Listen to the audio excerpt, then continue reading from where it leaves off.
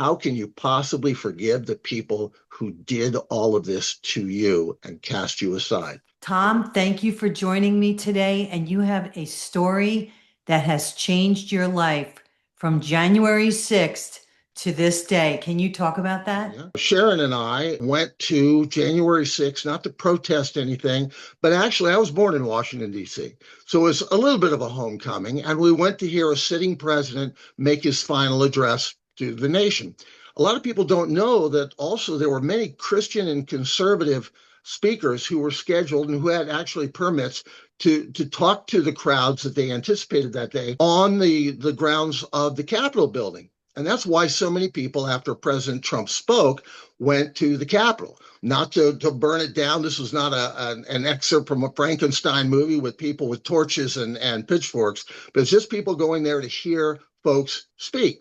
And so Sharon and I, and it was a very cold day, Sharon and I went down to the Capitol building, never even went on the Capitol grounds until people said, hey, well, Congress is gone.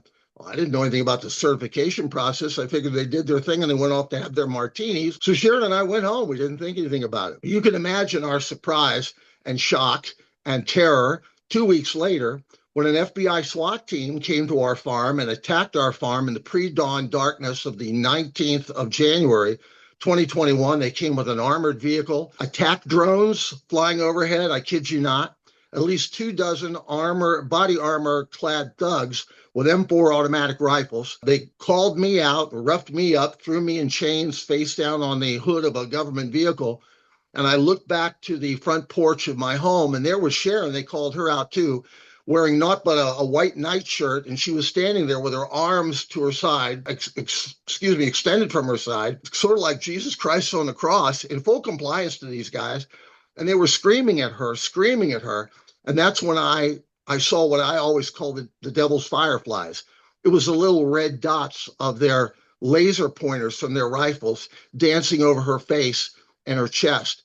And I immediately thought of Vicki Weaver being shot down by an FBI gunman in Ruby Ridge so many years ago. And I called out, I said, Abba, Father, please don't let them murder my wife. Please don't let them kill my wife. And I will tell you and all of your viewers, I think it was the first time I ever audibly called out to our Heavenly Father in my adult life.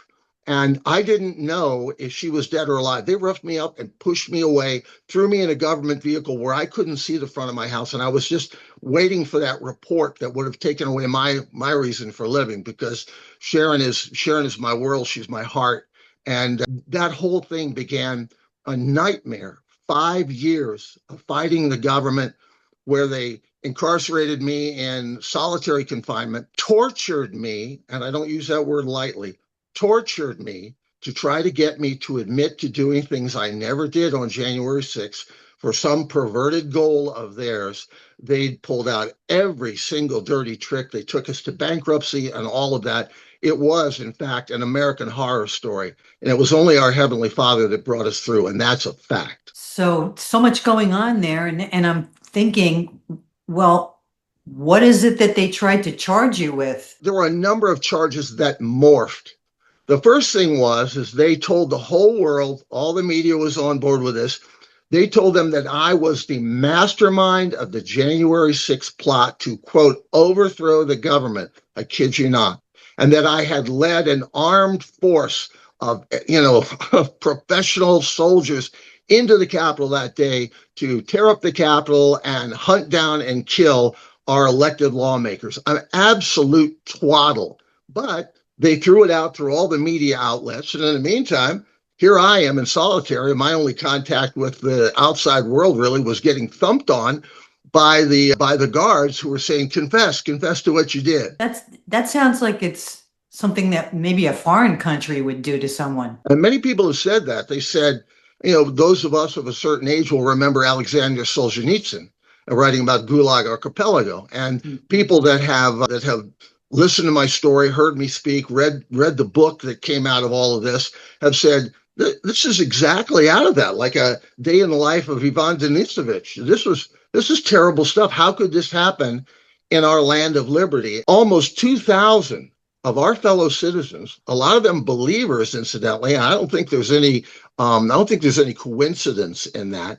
They were overcharged, over-prosecuted, over-sentenced, and the trauma that they suffered is akin to what Sharon and I suffered too. Here you are in the midst of this, and you were dependent on God to see you through that. What was the lowest point where you truly wondered you would survive this? So there I was in solitary confinement, and it was 3 concrete block walls and 1 solid steel door. About 6 by 10 was my entire physical world.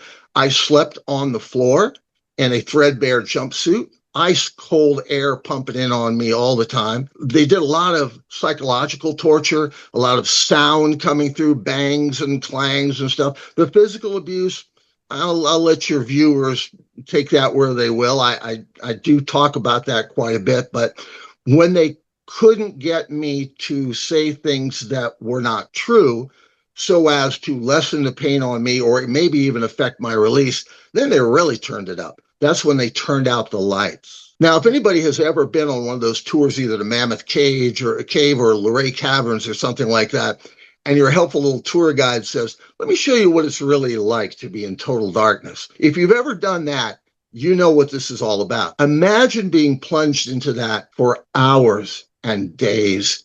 In fact, there's no way to really mark the passage of time. Time, as we understand it, just goes away. And that was probably the lowest time when we thought there was absolutely no chance of changing this paradigm. Did you think you were going to be staying there like for good? I did. And I thought with the abuse that was happening, I thought I would die in prison. I'm a disabled veteran. I don't talk about that. That's not the first thing that comes into the room when I meet people, but my body is pretty well torn up from my honorable active duty service. I served 2 decades as a Navy officer around the world, wherever they wanted to send me. And I've got the scars to prove it. And my body is held together with pins and rods and screws, and I am dependent upon a very unique mixture of prescriptions, notions, potions, and lotions that keep me going. And the very first thing they did was deny me all of those. So with the pain ramping up and the physical abuse, and they knew exactly where to hit me. They knew where the pins were, where the rods were. Because the first thing that they do is they give you one of those full body scans and a little bit more of an invasive welcome to prison than you would like to have. So they knew where these things were. And boy, they certainly aimed their kicks and their punches in the spots to give me the maximum discomfort and dismay, shall we say. What did prison strip you from that only God could give you back? Well, certainly the first thing they want to do is show you that you have no control over your life, and they strip away your dignity, but they really want to take away your hope, and they want to destroy any faith that you might have. Now, one of the things that the devil does, and I've learned this firsthand, is he wants to convince you that what is true in hell is true on earth, that there is no hope, that's never going to change, that, when you've been here for 100 centuries, you will not have been here 1 second less than you will actually spend here. And that is the key. And I think that they knew that it was my faith that was very important to me. One of the reasons is I was able to speak to Sharon periodically. That steel door that I described, that I call the capstone of my tomb, they would put a janky little metal cord through with a dirty little handset, kind of reminiscent of the old style payphones at a gas station that you find out in the country somewhere. And I was just able to balance on my knees and have a phone conversation with Sharon. And what she was trying to do the most, and she was so terrified and so worried about me, was to try to encourage me with the word. We would pray together. She would read scriptures to me. And something that's very distasteful is when those calls were concluded, the guards would take great joy in mocking my faith and saying things like, oh, so your sky daddy's going to take care of you, huh?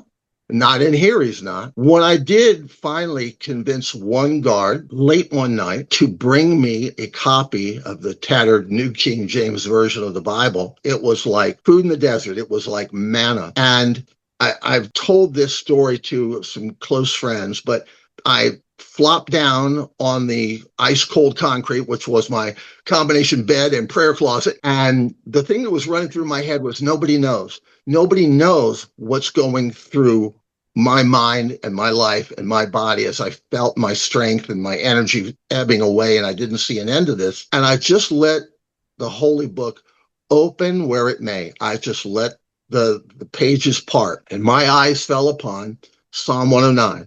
The mouths of the wicked and the mouths of the deceitful are open against me. They speak of me with a lying tongue. And it hit me like a diamond fired from a rifle, boom, between the eyes, as if God was saying, nobody knows what you're going through. Are you sure? And to me, it was a sign that he knew. And now I had a tool. I had a weapon against these people, as long as I could get them to not take it away from me. And I devoured the words in that book. And I will tell your viewers, look, I always considered myself to be a Christian. There was so much in the Bible that I was never exposed to. But when I was focused in my pain and my desire to know, it's as if I was led to passages that were the most helpful and the most strengthening for me. And Sharon was a big part of this. I tell people, if you want to be happy for the rest of your life, make a Christian woman your wife. From my personal point of view, get a Sunday school teacher to marry you. And I did. So Sharon was very helpful. And she reminded me, she said, look, we got to keep praying. But remember about Philippians, I guess it's Philippians 4, 6, and 7. It's okay to come to God and present your request, but do so with thanksgiving, because so many Christians, and I'm guilty of it too, I had turned my quiet time with God into the presentation of a honeydew list. God, this is what I need from you, as opposed to, let's have a conversation. So here I am, I'm bleeding from places that little boys are not supposed to bleed from. I'm beaten down. I feel everything just flowing out of me. How much life do I have left? And it's true. I really felt that I was going to die in there. And I said, all right, how do I come to the Lord with thanksgiving? What do I have to be thankful for in this cruddy place, in this man-made hell? And I said, oh, I've got it. First of all, Lord, thank you very much. They haven't beaten the tar out of me today. Of course, the day ain't over yet. And thank you for the marvelous years that I've had with Sharon. She is my heart. She's the angel that you sent to me. And from that point on, people will think this is crazy. From that point on, everything changed. My attitude changed. My resolve was energized. My body was still falling away. But I found out that at that exact time, unbeknownst to me, I found out later, everything changed because God was still working behind the scenes. And he was working to bring us the best criminal defense lawyer east of the Mississippi, who said to Sharon, I don't need this case. I want this case. Your husband is innocent. Praise God. I'm sorry this happened to you.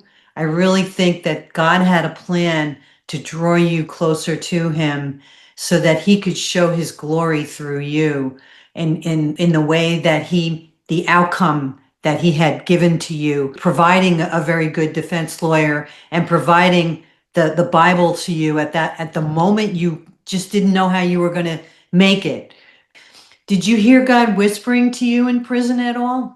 Absolutely. I've shared this too, and I wrote about it. There was a time when I really felt my life ebbing away. And I said, good, I am done with this.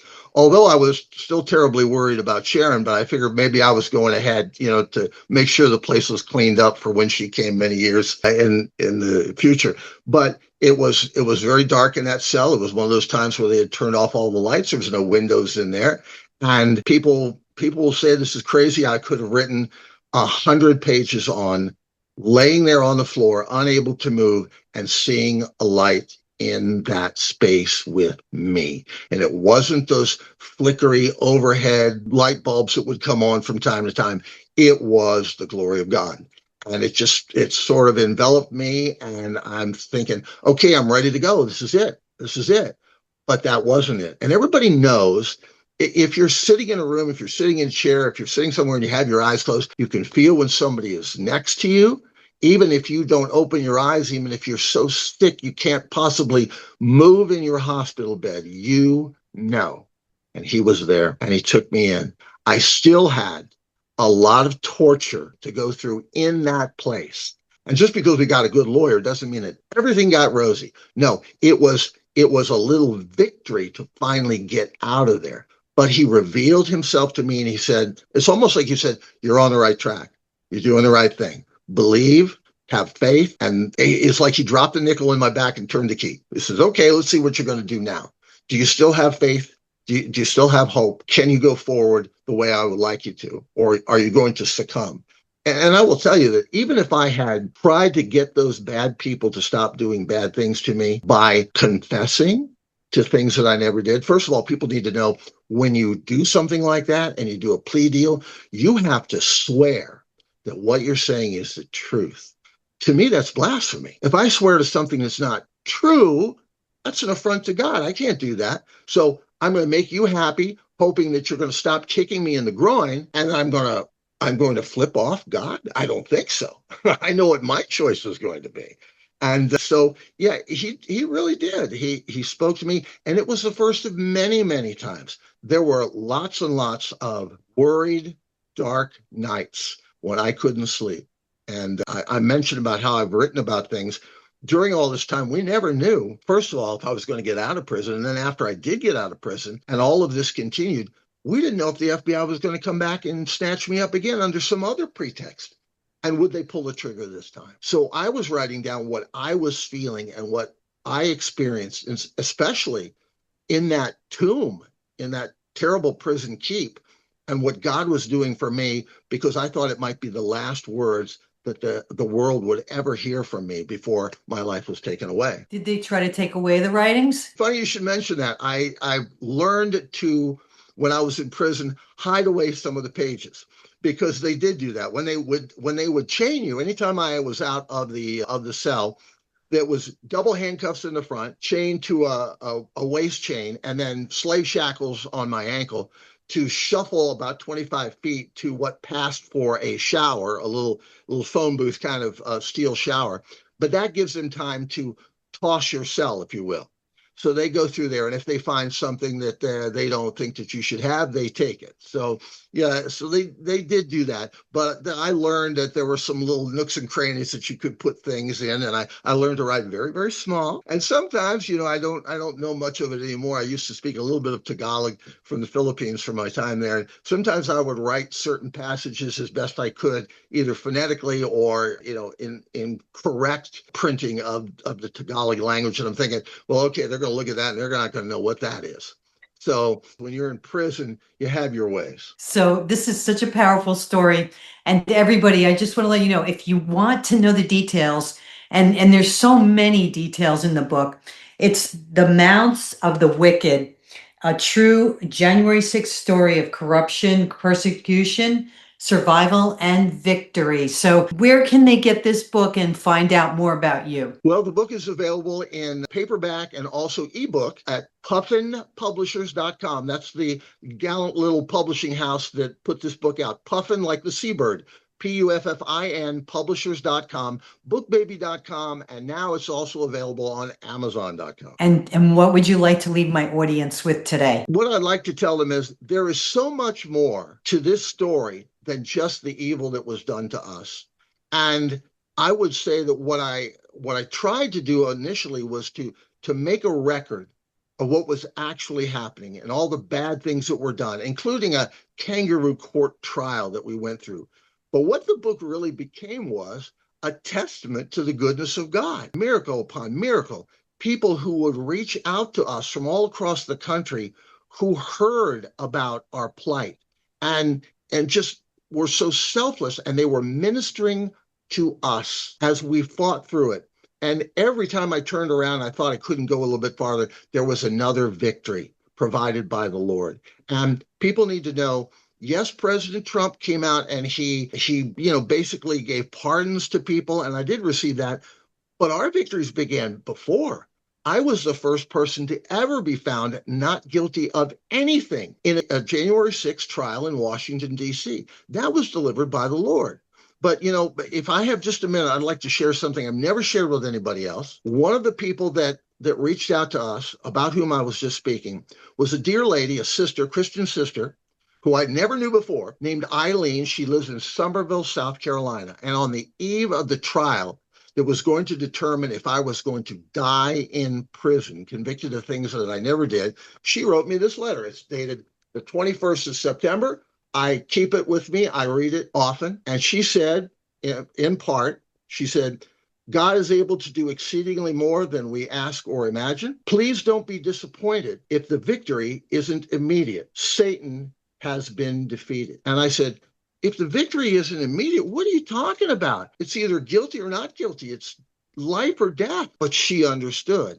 It's a step-by-step process. And we had to stay in faith through all of it. Look what happened to Job. And there were opportunities for me to make changes in my life that God wanted to make. And I talk about those in the book, including forgiveness. How can you possibly forgive the people who did all of this to you and cast you aside? There is a way. We're supposed to do it. We have to find a way to do it, because only when you release all of the stuff that was done to you can God do the works he needs to do within you. God still hears prayers, answers prayers, and he still saves. And that's a fact.